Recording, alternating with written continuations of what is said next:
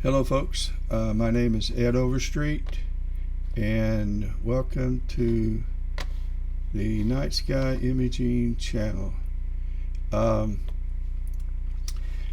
What I'm going to do today is spend some time on Winjupos, which is somewhat of a mysterious software program. It took me a while before I ever did a dive in to try to figure it out. There's not a lot of YouTube help as there is with so many other aspects of astrophotography. And I don't do a lot of planetary imaging, and I consider myself very amateur at all the software. But I thought I would go through my workflow very quickly. There are some other processing videos that I've done online, but this one will be the only one that goes from soup to nuts, from PIP to AutoStacker to Registax, and then to Winjupos. And real quickly, Winjupos is a powerful software program that I use for two reasons. The Ephemerides is a nice little tool that'll let you kind of make some decisions about when you want to do your planetary imaging. If you want to know when the giant red spot's going to be visible at the hour that works best for you, then you can check that date or those future dates. So that makes it kind of nice, because then you can go ahead and plan for it. You know it's going to happen. The other part of the Winjupos that's so powerful is that it has the ability to derotate the planets. And so when you're imaging Jupiter, for example, it makes its day last 9 hours and say 50 some minutes. So it's rotating pretty quickly. And if you're taking a 2 or 3 hour video or series of videos, which is what we do, and then try to compile all that data, unless you have accounted for the rotation of Jupiter, it's going to be hard to get detail because of the blur. So we look at Winjupos to kind of help us resurrect the dead. So with that being said, let's go right now to PIP. Let me share my screen. And well, we don't need the outside software. We need to go to PIP. Before we do that, let me show you the data we'll be working on. This is where are you? Okay, we're going to go to Jupiter first, and we have 10 files. These were shot 3 or 4 days ago. They're AVI files. I have the option of shooting SER or AVI, and I've been in the habit of using AVI files. I understand there's more data available written in the SER file, so I may change. But these happen to be AVI files, and this is what we're going to rotate or derotate. But first we have to process them. So the first thing I'm going to do is there's 2 programs I could use. Castrator is one. It will align, center, and crop, and it does a very good job, and so does PIP. And so I'm going to bring PIP up for that, and let's find it. And the first thing I'm going to do is check on Planetary. I'll show you why in a minute. I'm going to add image files, and here they are. Did I pick the right files? Yep. It says you get this box that comes up when you load these. Do you want to use the ability of PIP to debayer your images? I'm using a one-shot color camera, and I'm going to choose no. AutoStacker will debayer them for me, so I'm going to choose no, and the reason is that it makes the file size larger. So I'll wait until AutoStacker for that. And here is a frame size of 448 by 448, and that looks good to me, frame size wise. And that's one of the images, one of the video files. So I want to go to next. I want to go to processing options, and if you did check back here, if you checked Planetary, then when you go to your processing options, all of this will be greened and highlighted for you. If you choose not to check Planetary, all is not lost. Just go to processing and come in here and check it here, and it will open it up. It won't highlight it in green, but it doesn't have to. So let's go back, and I like that green look, and hit Planetary and go to next tab is processing option. And the frame size right now is 448 by 448. I'm just going to leave it at that, but you can make changes if you want to make it smaller, and you can use test detect threshold to see if you like the new change. And that's all we're going to do there. I'm going to change auto detection to 25. I think 15's the default.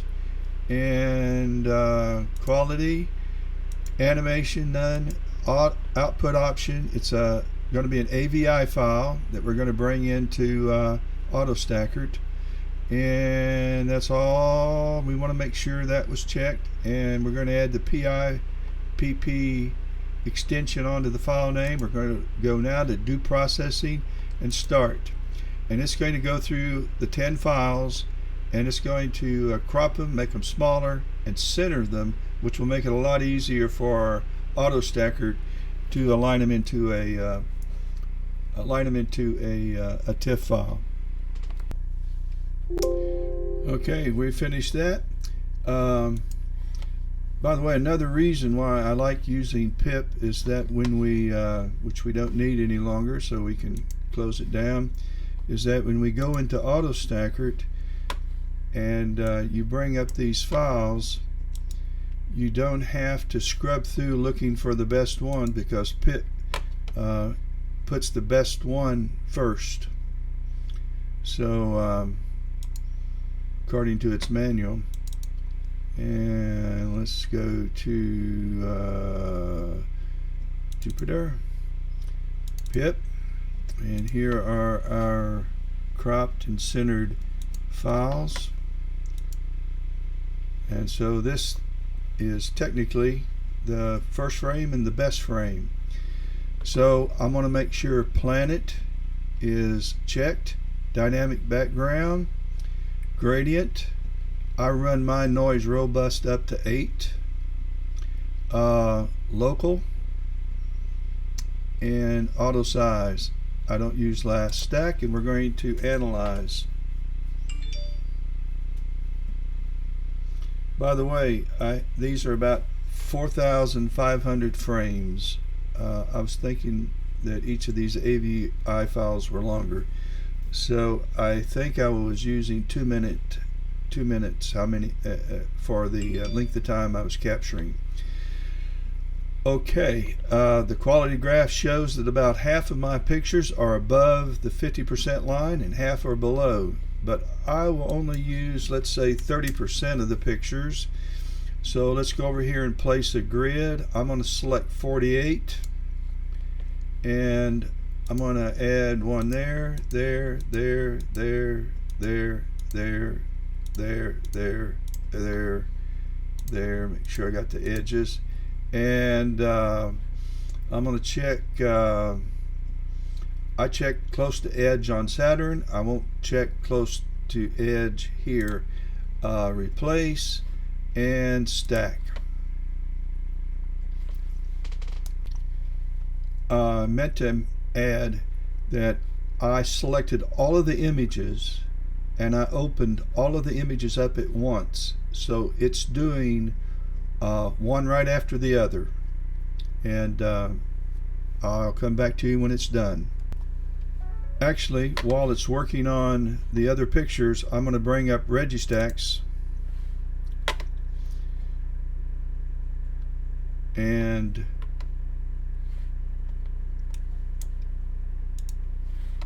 I'm going to open one of the first ones they've done. This has already done several. We want to go to Jupiter. Pip. We have 3 done, so I'm going to open up this one. Let's show the full picture. The first thing I do is I go over to RGB balance and click on auto balance. Then I'll go to histogram, and I want to brighten it up some, so I'm going to take the slider on the right and bring it to about the second mark. Actually, it's dark, and I'm going to bring it to about the middle between the second and the third mark and stretch it.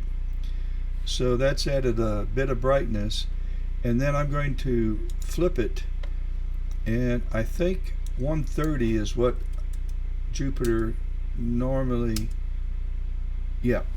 So now I have flipped this so that I have the great red spot at the bottom of Jupiter, and I really like the presentation of Jupiter when it's a little bit off center.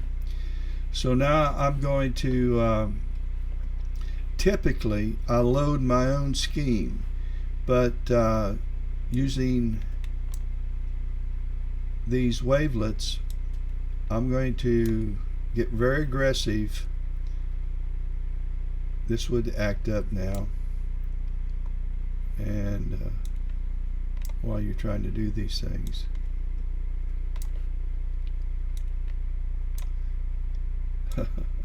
come on, sliders.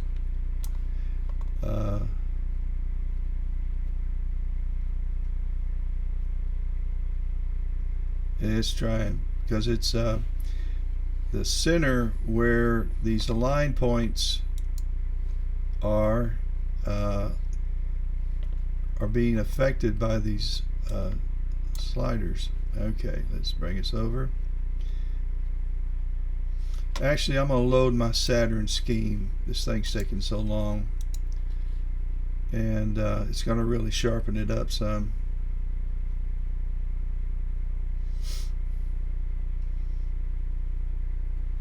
Okay, and we're going to add some sharpening here,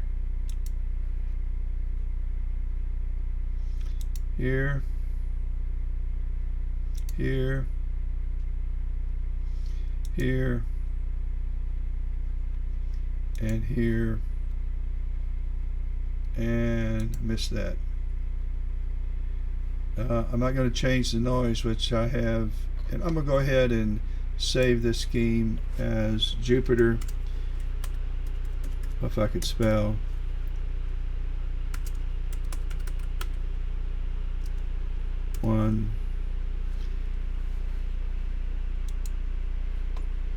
And we'll apply the exact same thing to the other ones we're processing.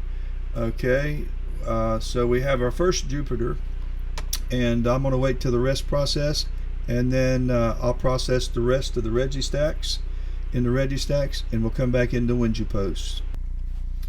Okay, we're going to do the very last one, and it's 418.5.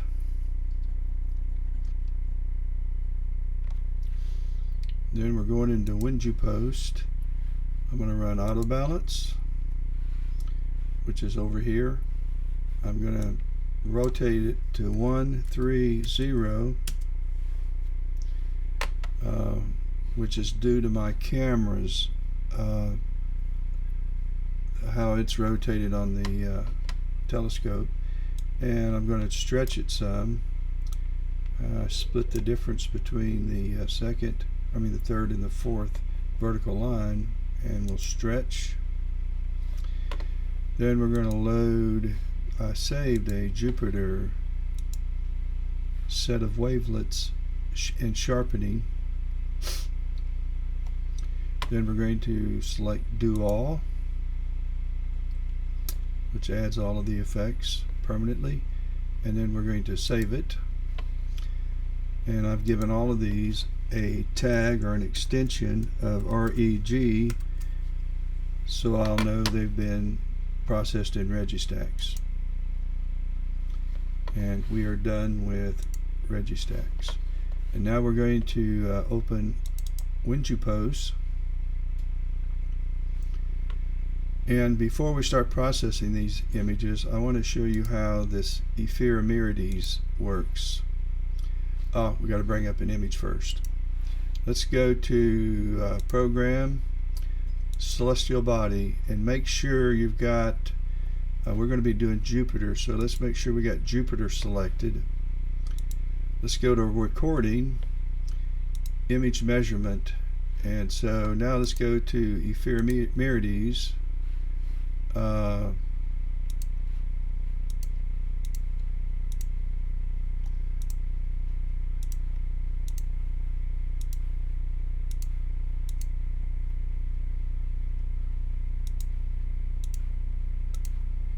don't want that. Let's see. I want. Okay. It took me a while. I haven't used this in a while. So right now, this is what Jupiter would look like. So if you put in the time, that you can use real time, which puts in the exact time right now, and they use universal time. And if you start to say, keep going, add 10 minutes at a time. Let's say you're going to be imaging tonight at, all right, I'm in Eastern Standard Time, so there's 4-hour difference. So this would be 12:39, and the red spot is right over here. So this would be 11:39. So tonight at let's see, at 10:39, it'll be a good time to start imaging because I'll have the great red spot. It'll be moving right along the face of Jupiter. I'm having a hard time talking.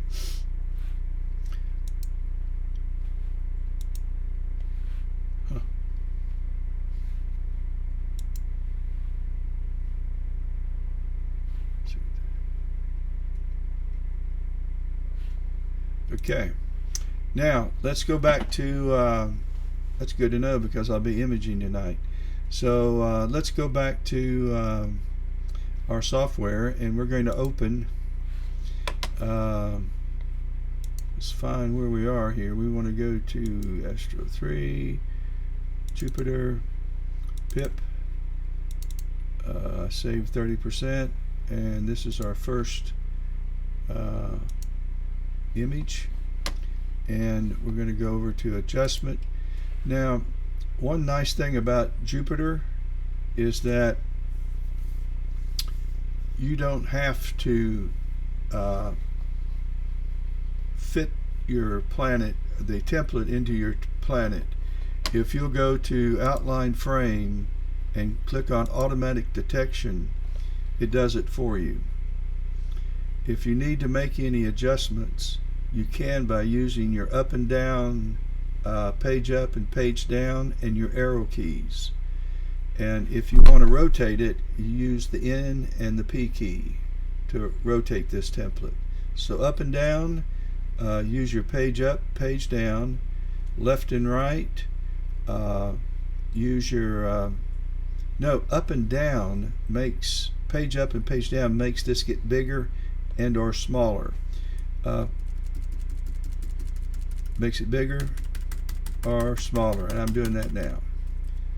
So I'm going to go back to automatic detection and just let it make the right adjustment. Let's go back though to our image.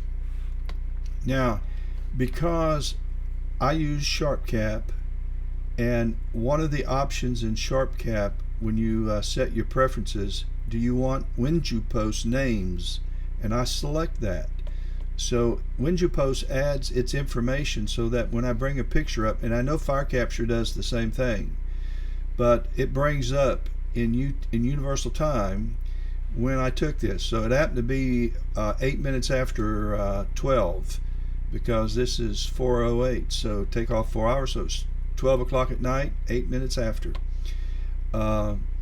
So it automatically puts the date in. But if you don't have that information, you're going to have to add that yourself. And you should be able to find that by going to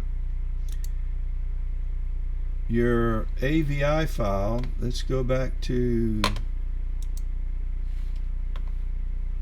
Jupyter and take this AVI file, and this was taken on 8/29/21 at 12:09. So I would use 8/29/21 at 12:09. All right, now let's go back to Winjupos. So I've got it centered. All I do now is save it, and I'm going to create a new directory. I want to go to Planetary. No, I want to go, it's a whole different file. I want to go to Astro, Jupyter, and right click, new folder, and I'm just going to call this Win. So for Winjupos, I'm going to open it, and I'm going to save this first file there. So we're going to open up another one, and I'm going to go to the second one, and all I'm going to do is save it to the same directory. I'm going to open up another one, and it fits in nicely. I'm going to save it. I don't have to do anything else. It's adding the date automatically. I'm going to open up another one. Let's see, 1, 2, 3, 4. And I'm going to save it. This is our fourth one, and I'm going to go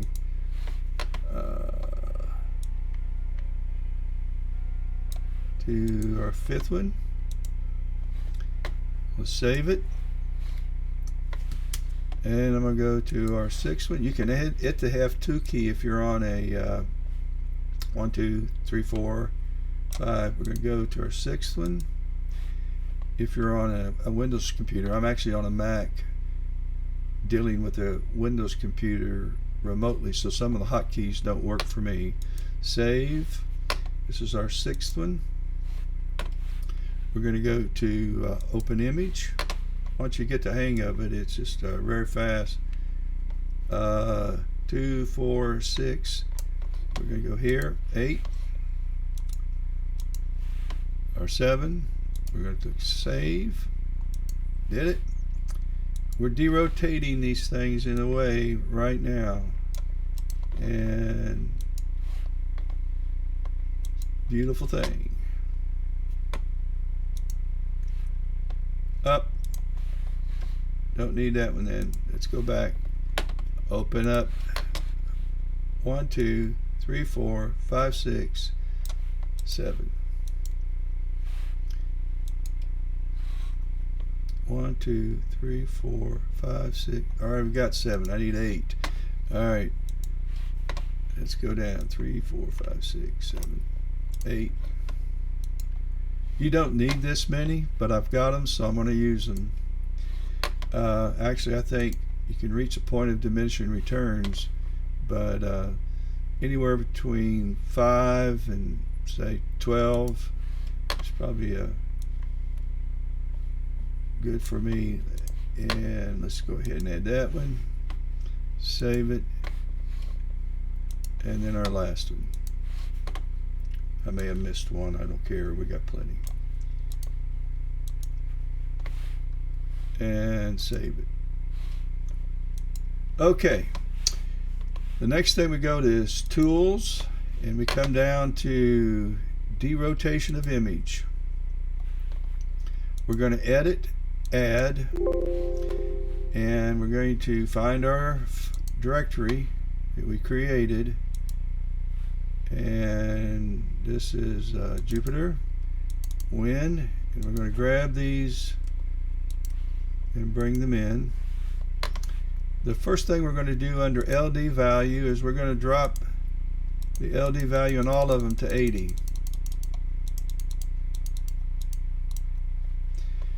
And then we're going to weight them. Now, normally what I would be doing is I would blink these in either PixInsight or bring them up in, preview them in Nebulosity software, and just bring them up and preview the files and load the images and go through and find them and rate them, see which one's the best and so forth. But I, in the name of time, I'm not going to do that. So I'm just going to, they're all looked about the same to me. So what I'm going to do is I'll give this one a 1 rating, and the rest of them I'll get an inferior rating to. It needs 1 though to use as a reference, so it is good to go through them, and I'll use the middle one as a reference. But the idea here is you do the rating on your own, and then you assign that rating, the weighting here. I want to, by the way, what you're going to see here are all the images that are going to be lined. That's how much derotation has to take place. If you went over, say, if you did this over a period of an hour, this would be much wider because there would be that much more rotation. So I want to save as a TIFF file, and I'm going to go down here and under image type and make sure it's a TIFF file. I want north at top, and so I'm going to compile image, and there it is. We can, so this is the derotated image, taking probably 45 minutes of images. No, not that long. 30 minutes of images that were rotating as Jupiter rotated, and making adjustments so that I could keep all that data together. And when you compare this to just one of the AVI files, you'll just notice there's more detail, there's more to work with. And from here I'll take this image into Photoshop, and I'll add some saturation, although it doesn't need a lot, several levels of sharpening using unsharp mask and high pass filters, and then I'll add some noise reduction using Topaz denoise. And but there's only so much you can do with an image like this because of the scene condition, and I'm kind of optics limited. The 8-inch can only do so much with the 2.5 Pyramate, and this is about as good as I can do in that kind of scene. I think I can improve it a great deal in real good scene. I'm anxious to try it. So with that being said, guys, I hope this helps, and I want everybody to have a good, safe, and healthy life ahead of them, and say something nice to somebody today, and you'll feel better for it, and so will they. I think that's it.